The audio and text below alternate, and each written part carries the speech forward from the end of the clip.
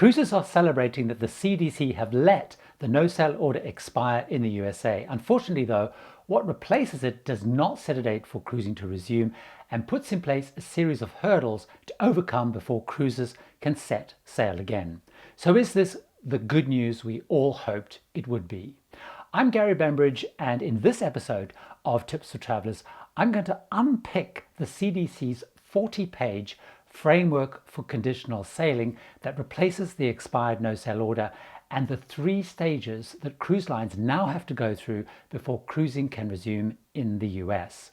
I'll discuss what lines have to do before they can start cruising out of US ports and the changes we will experience in cruising across the next year as a result. On a positive note, there is a framework for the cruise industry to work on in the USA. It's not entirely what the lines were hoping for, hence the more cautious and reserved comments initially anyway from the lines, but it is something to work on. On the other hand, as I discuss this new framework and the likely timescales for cruising, it is important to remember that the CDC remains hostile towards cruising and its resumption. They have a level 3 travel notice that states, and I'm quoting here, that the CDC recommends that travelers defer all cruise travel worldwide. Now, this advice is not being lifted as part of this process, and the new framework actually requires this advice appears in cruise marketing materials and is pointed out to people as they book cruises from now on. So this context is important to bear in mind as we have this discussion. Now, before I look at the 7 key changes to cruising that this framework will create, what are the 3 stages I mentioned earlier that lines have to go through to be able to cruise with paying passengers? The first stage is that the lines have to demonstrate that they can keep their crew safe, while at the same time building testing capability and capacity for testing of crew and passengers. Now, this stage is more onerous than it sounds on the surface, especially for some lines. First off, every crew member on ships planning to operate in US waters have to be tested no later than the end of 2020 using a CDC approved lab. Also, all lines have to join and follow the CDC crew management plan. This was introduced not long after shutdown. Now, one key rule in there requires the crew are housed in individual cabins. Now, this could be a challenge for some ships because crew accommodation is usually based on sharing. Lines currently in the plan, like Celebrity Cruises, have housed crew in empty passenger cabins. So lines are going to have to figure out what they do when ships resume sailing with passengers. Now, not all lines are currently in the plan, such as Carnival Corporation and others like Disney and Norwegian, whose ships left USA waters during lockdown. So they will have to go through the process to join or rejoin the process. Once lines pass the crew and testing capability stage, then they are able and can apply to run simulator cruises with CDC oversight. Now, these are to test the entire process and the protocols that involve volunteers, most likely crews and industry employees and their families. They may not actually cruise anywhere, hence them being called simulated cruises. These will replicate all the embarking, testing, social distancing, mask wearing, dining, entertainment, and also run a quarantining and evacuation of passengers drill in a simulated COVID outbreak. Based on the results of these simulated cruises, the lines can then apply for the COVID-19 Conditional Sailing Certificate to start sailing with paying guests. Lines cannot commence sailings without this certificate. Now, how long it will take the lines to get all the requirements in place to proceed through the 3-stage is unknown. And of course, we need to remember that the CDC decides when lines have met the conditions to move through each of those stages.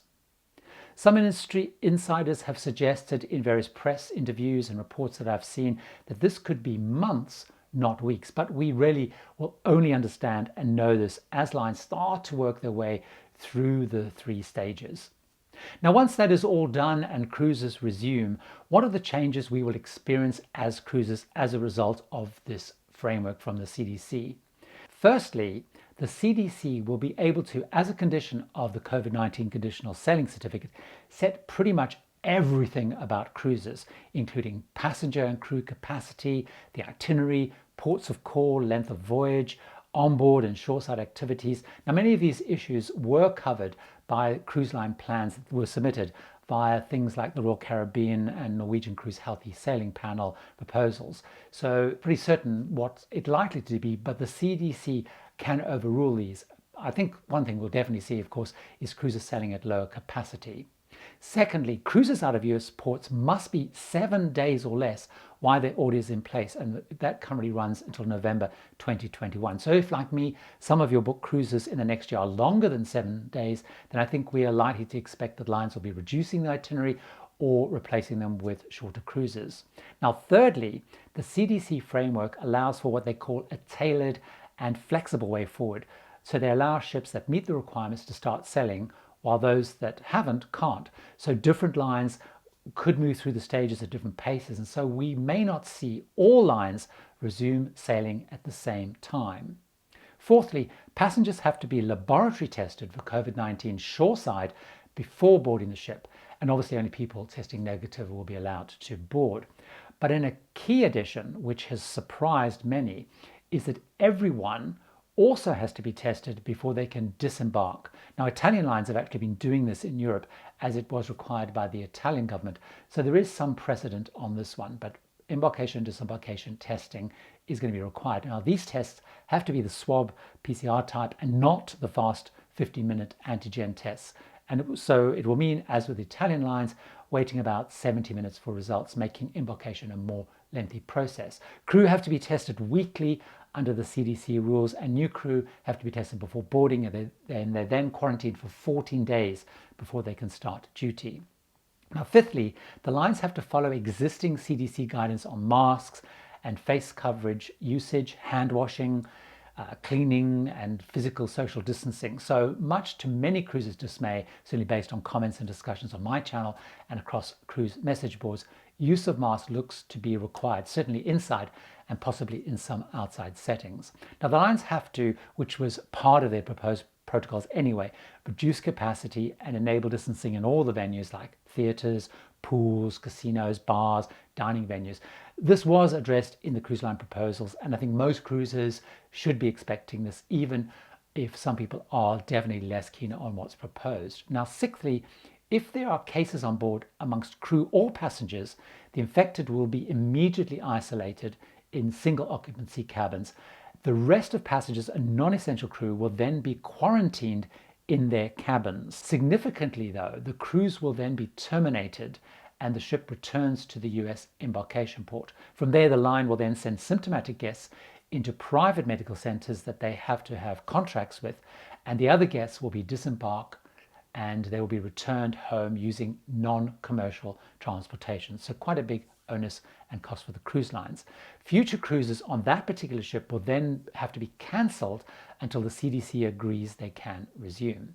Now, the seventh thing is, while these rules apply to ships sailing in US waters, they also apply to any ship that the line intends to bring back to the US anytime during the order period, so before November 2021. So this will have an impact and effect beyond cruises sailing out of USA ports, because if lines have moved their ships, which they do seasonally, to other regions like the Mediterranean, these rules are going to apply if they plan to bring the ship back to the US.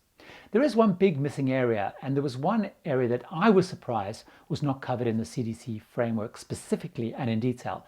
And this was around how much freedom cruisers would be allowed in ports. Now, the cruise line proposals are requiring that passengers only are allowed off the ship on cruise line excursions. This is to allow that kind of bubble that's created through the onboard protocols to be maintained and reduce the risk that passengers are exposed to COVID on land. Now, this was not discussed at all in the framework document, so definitely one area to watch as this evolves. The expiration of the no-sail notice is good news. However, the CDC framework for conditional sailing includes more layers and demands than cruises, and I think the lines certainly were hoping for.